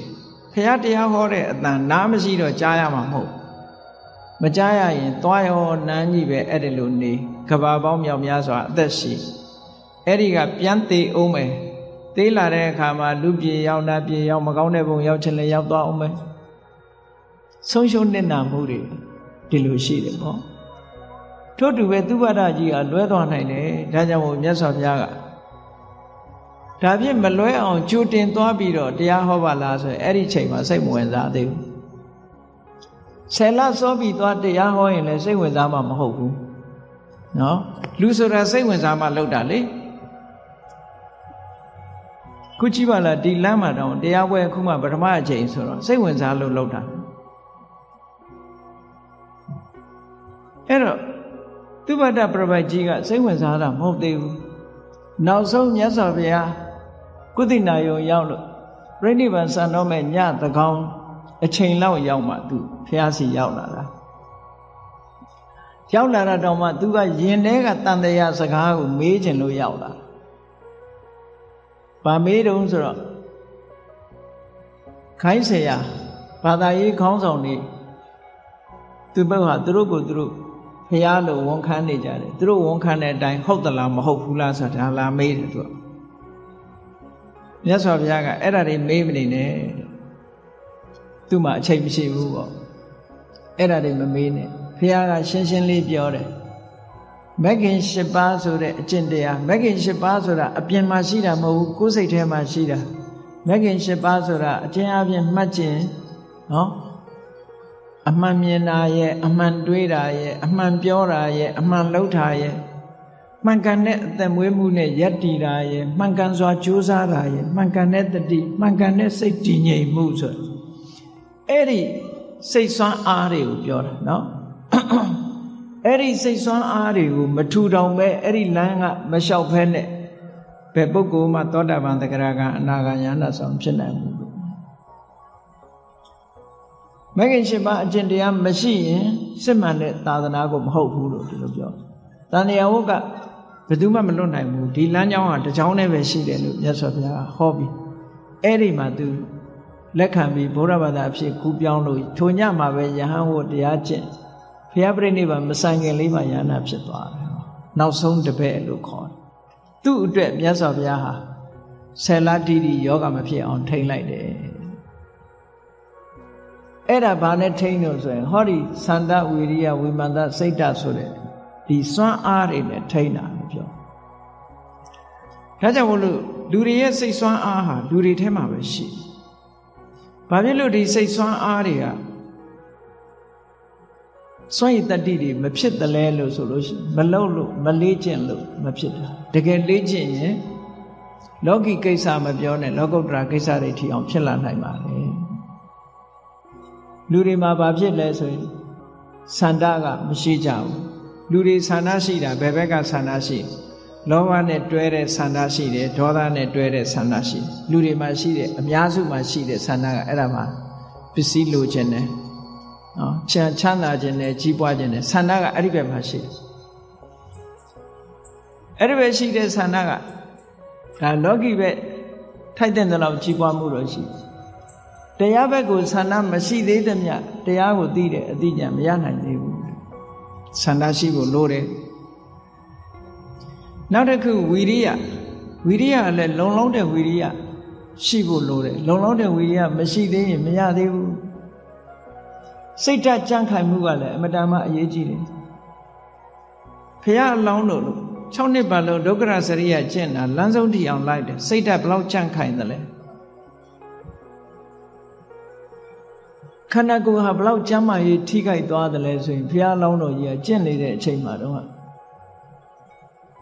သူ့လက်ကိုလက်တစ်ဖက်နဲ့ပွတ်လိုက်လို့ရှိရင်လက်မှာရှိတဲ့အမွှေးတွေကျွတ်ကျသွားတယ်အဲ့လောက်ထီအောင်ကျမ်းမာရေး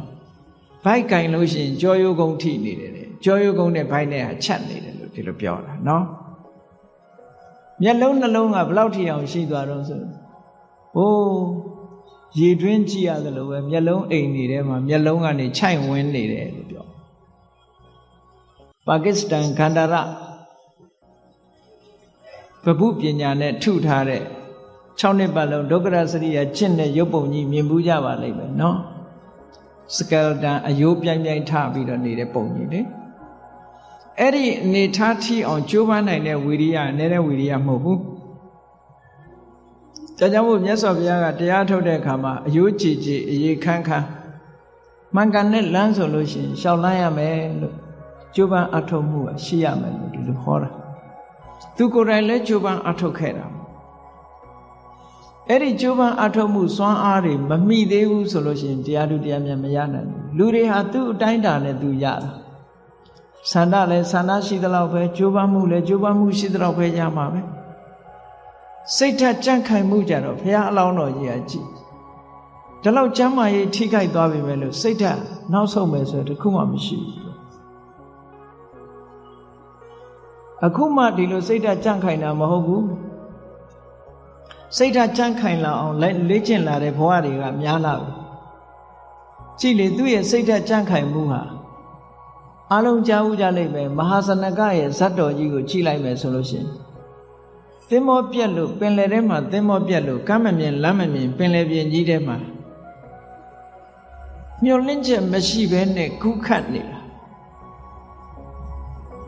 တာမန်ပုဂ္ဂိုလ်တွေကတွေးမယ်ဆိုရင်ဘယ်လိုတွေးမလို့ဆိုအိုးမျောလင့်ချက်မရှိတဲ့အလုပ်မလုပ်ပါနဲ့ဆိုလက်လျှော့ကြမှာနော်အေးစိတ်စိတ်အသေးပဲခံမယ်ဆိုရင်လူကများမှာအေးသူနဲ့လောက်ကလိုက်လာတဲ့လူတွေကအေးစိတ်စိတ်အသေးခံတဲ့လူတွေကြီးပဲအကုန်လုံးသူတယောက်ပဲကူးတယ်အသက်နဲ့ကိုမြဲနေသမျှတော့လုံးလဝိရိယထုတ်မှာနတ်သမီးကလာမေးတယ်ဒါလောက်ကမ်းမမြင်တဲ့နေရာမှာကူးနေလို့ရောမင်းဘာအကျိုးရှိမှာလဲသူပြောတယ်အကျိုးရှိတယ်မရှိဘူးငါလာမပြောနဲ့လှုပ်တင်တာကိုငါလှုပ်နေတယ်ကျိုးစားအထုတ်မှုကငါတောင်းအောင်ပဲရောက်တာမရောက်တာငါတောင်းအောင်မဟုတ်ဘူးအကျိုးမရှိဘူးလို့မပြောနဲ့တဲ့လက်လျှော့တဲ့လူတွေတည်သွားပြီအခုငါမင်းနတ်သမီးတောင်မြင်နေရပြီဆိုတာအကျိုးရှိတယ်ပေါ့မမြင်ဘူးတာမြင်နေရပြီပေါ့ဖျားလောင်းကြီးတွေရဲ့စိတ်ဓာတ်တို့ကျိုးပန်းအထုတ်မှုတို့အဲ့ဒါမျိုးစိတ်ဓာတ်ကြန့်ခိုင်တာကိုပြောတာနော်လူတွေအများစုကစိတ်ဓာတ်မကြန့်ခိုင်လို့တည်သွားကြတာတွေများတယ်ဘဝပို့ပြီးတော့ဆုံးရှုံးနေတာသွားတာစိတ်ဓာတ်မကြန့်ခိုင်လို့ပဲစိတ်ဓာတ်ကြန့်ခိုင်လို့ရှိရင်လူဘဝဒီလိုမဖြစ်နိုင်ဘူးအေးဒါကြောင့်မို့လို့စန္ဒကလည်းရှိရမယ်ဝီရိယကလည်းရှိရမယ်စိတ်ဓာတ်လည်းကြန့်ခိုင်ရမယ်ကြန့်ခိုင်တဲ့အခါမှာအတိညာကလည်းရှိဖို့လိုသေးတယ်တဲ့အဲ့ဒီ၄ချက်နဲ့ပြည့်စုံပြီဆိုလို့ရှိရင်လောကီကိစ္စမှာပဲဖြစ်ဖြစ်လောကုတ္တရာကိစ္စမှာပဲဖြစ်ဖြစ်တရားကျင့်တဲ့အရာမှာပဲဖြစ်ဖြစ်ဘာလုပ်ငန်းပဲလုပ်တဲ့အခါမှာပဲဖြစ်ဖြစ်အောင်မြင်မှုဆိုတာဖြစ်နိုင်ပါတယ်စာလေးတစ်ခုဆေးရဆိုကြတယ်ထာဝရဘုရားနတ်ကိုကိုးကွယ်တဲ့ပုဂ္ဂိုလ်တွေကဘာပြောတော့ God makes the impossible possible ဘုရားသခင်ဟာမဖြစ်နိုင်တာကိုဖြစ်အောင်လုပ်တယ်လို့ဒီလိုအဓိပ္ပာယ်နဲ့ God makes the impossible possible အဲ့ဒါကိုဘုန်းကြီးတို့ကပြောင်းထားလိုက်မယ်ဆိုရင်ဘုရားရဲ့တရားတော်နဲ့ God ဆိုတာကိုယ့်ရဲ့အပြင်ဘက်ကဟုတ်ကဲ့လားကိုယ်ထဲမှာရှိရလားမရှိဘူးနော်ကိုရောဘယ်နှခါမြင်မှုလို့သူကမြင်ဘူးဒီပိဋကတ်ထဲမှာGodမြင်မှုတဲ့လူတယောက်မှရှိမယ်မထင်ဘူးအပြောပဲဘယ်နေမှလည်းမသိဘူးနော် God makes the impossible possible အဲ့တော့မမြင်ဘူးတာတွေအသာထားလိုက်ရှိတာမရှိတာတွေအသာထားရှိနေတာဘာတော့ကိုယ့်ရဲ့ဆန္ဒမရှိဘူးလားဝိရိယလည်းရှိတယ်ကိုယ့်ရဲ့စိတ်ဆွမ်းအားတွေလည်းရှိတယ်အသိပညာလည်းရှိတယ်ဟုတ်ကဲ့လားကိုယ်တဏ္ဍာမှာရှိတယ်ဘယ်သူမှမေးစရာမလိုဘူးဒါရှိတယ်သေချာတယ်အဲ့တော့ God makes the impossible possible လို့ဆိုမဲ့အစားဆန္ဒ makes the impossible possible ဆန္ဒဟာမဖြစ်တာကိုမဖြစ်နိုင်တာကိုဖြစ်နိုင်အောင်လုပ်တယ်ဖြစ်နိုင်စေတယ်ဝိရိယ effort makes the impossible possible ဒီလိုပဲပြောရအောင် mind makes the impossible possible လူရဲ့စိတ်ဆွမ်းအားလည်းအမတန်ထက်မြက်တယ်determine mind makes the impossible possible မဖြစ်နိုင်တာတွေဖြစ်အောင်လုပ်နိုင်တယ်စိတ်ဆွမ်းအားအသိဉာဏ်ကလည်းထို့တူပဲ knowledge သို့မဟုတ် wisdom makes the impossible possible ဟောဒီစကားပို့ပြီးတော့မှန်တယ် God makes the impossible possible ဆိုတာ God ကိုကိုးကွယ်တဲ့ပုဂ္ဂိုလ်တွေအတွက်သာမှန်ကောင်းမှန်မယ်လူတိုင်းအတွက်မမှန်ဘူးเนาะတကယ်ရောသူတို့အတွက်ရောတကယ်ဖြစ်သလားဆိုတော့ဘယ်သူမှအာမခံမရှိဘူးဟောတာကအာမခံရှိတယ်ဘာလို့တော့ဆိုရင်ကိုယ်တဏ္ဍာမှာတကယ်ရှိနေတာ God makes the impossible possible God ရှိလားဆိုတာကပိုအရေးကြီးနေတယ်ဟုတ်ကဲ့လားရှိရင်တော့ဖြစ်ကောင်းဖြစ်မယ်မရှိဘူးဆိုရင်သွားပြီဟောဆန္ဒဆိုတာမရှိဘူးလားရှိတယ်ဝိရိယဆိုတာရောရှိတယ်စိတ်ဆိုတာရောပညာဆိုတာရောရှိတယ်ဆိုတော့ဟောတာကပိုးမသေးကြဘူးလား